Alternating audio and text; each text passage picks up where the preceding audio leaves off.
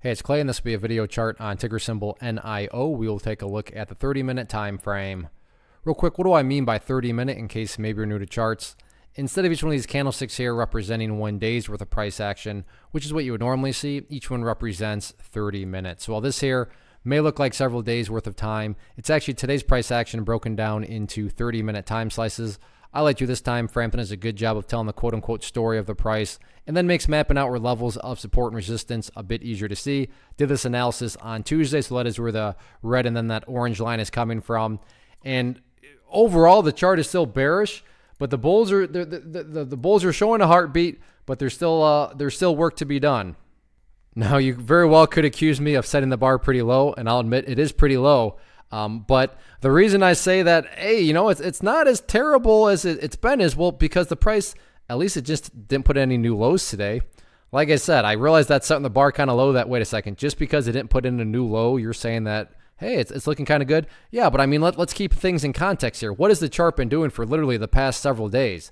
I mean, just constantly new low, new low, new low, new low, new low. But today it actually is trying to put in a higher low. And that's definitely a step in the right direction.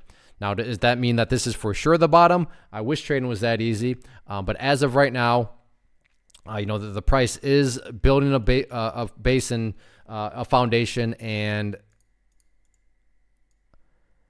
that really kind of foundation that really stands out to me is right here, right around the $4.95 mark.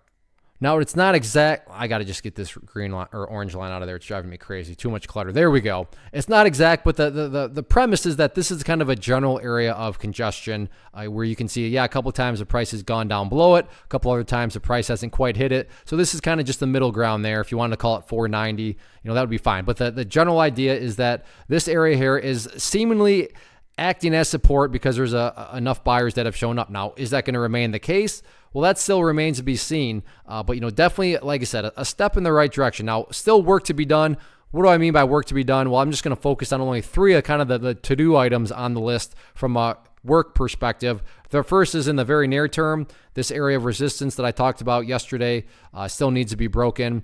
It got above it temporarily, but fell back below it. And then you can see this afternoon, tried once again to break above it. Couldn't quite do that. Then you have that level up there right around 520-ish that needs to be broken. And you also want to keep an eye on that purple line there, the 50 period simple moving average. So yeah, there are a whole lot of resistance levels right now, but that comes with the territory of being in a downtrend. But again, hey, the price has started to go sideways a bit.